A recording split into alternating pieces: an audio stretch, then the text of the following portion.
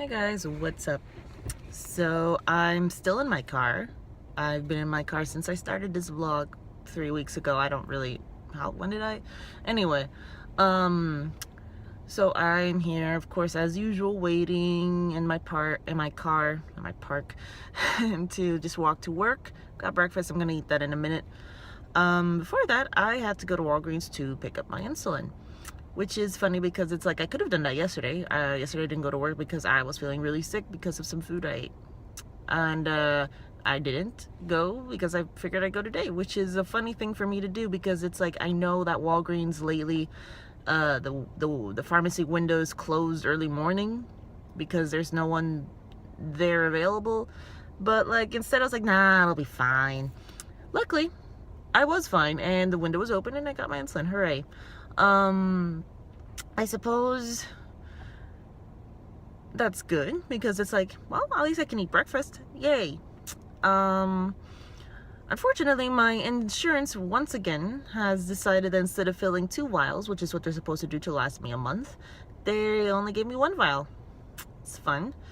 I'm not sure why, but what are you gonna do?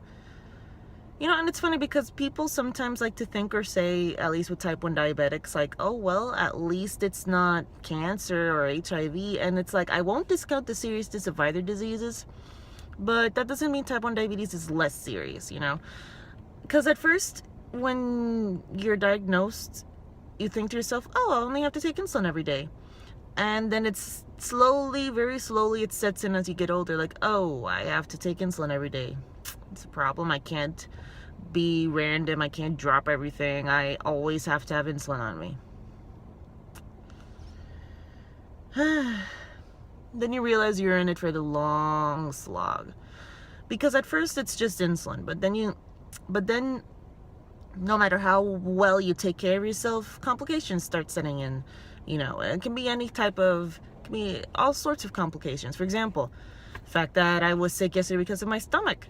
Sure, maybe it was bad food. It was bad food. But my stomach has increasingly become more and more volatile as the years have gone on. And it's been harder and harder for me to like eat sometimes.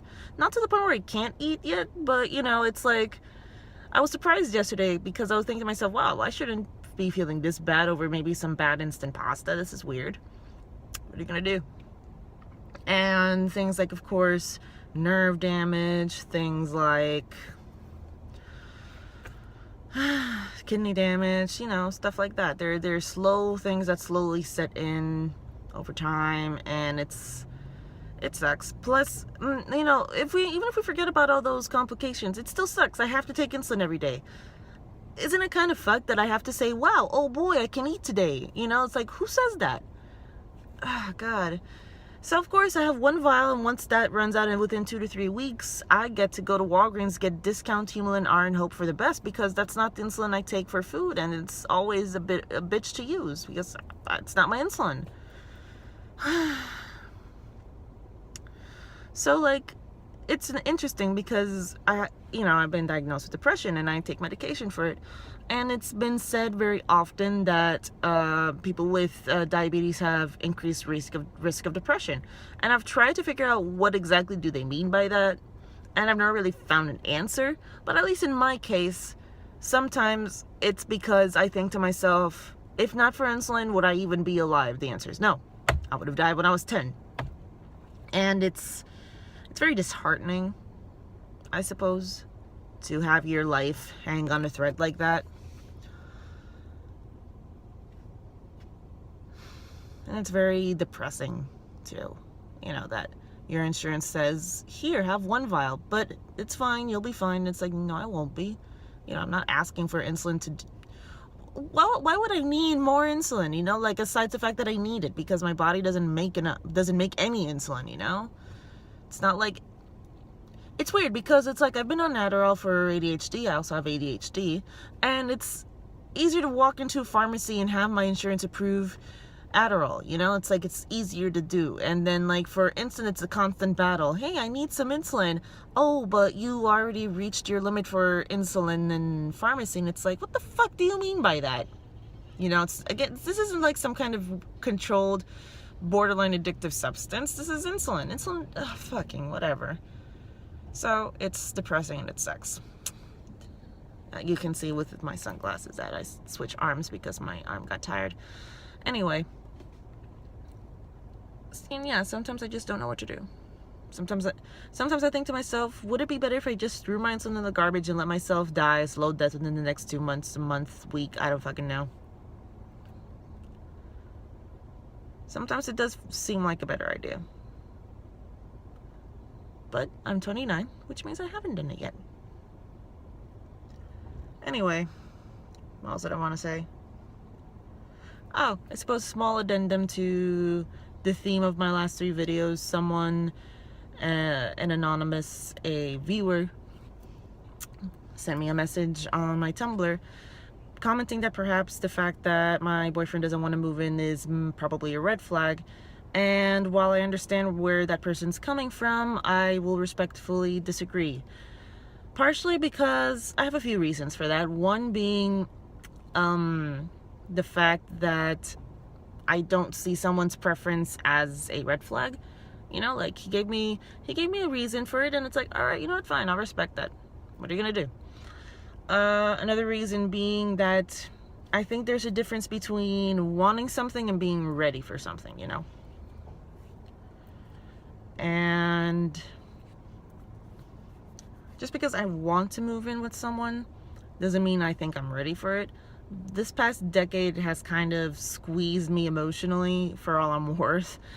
And the idea of moving in with someone, hedging my bets and saying, let's do this, is incredibly daunting. And I don't think I want to do that yet, you know, because it's something I feel like I should be more ready for, and I'm not.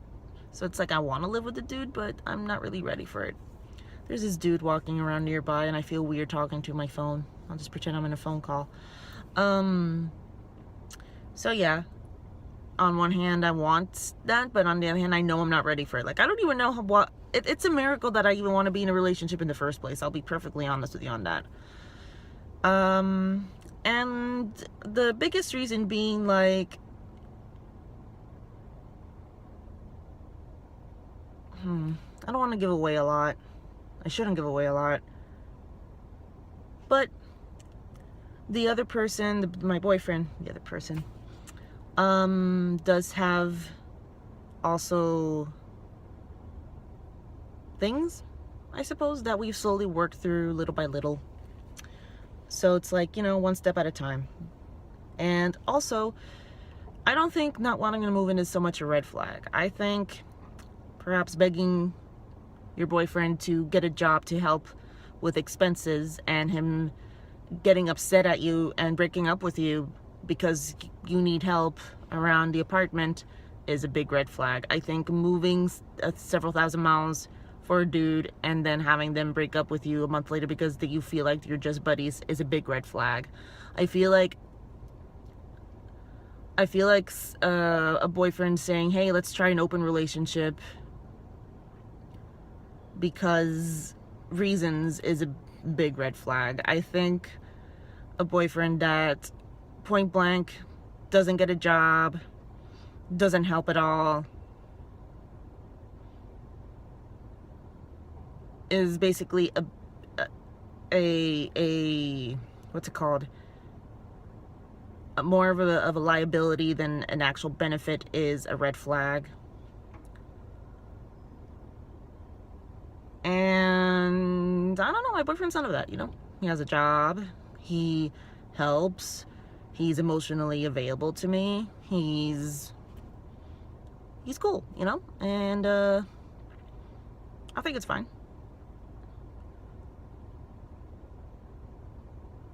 I'm not gonna repeat everything I said about him in the other video, just summarize it. I love him, and we've been through a lot, and I trust him. He's my best friend. End of story. So there are a lot of people walking outside, which is very unusual and is making me very uncomfortable. So I'm gonna end the video right here, and I'm gonna eat breakfast. So take care, guys. Love you. Bye bye.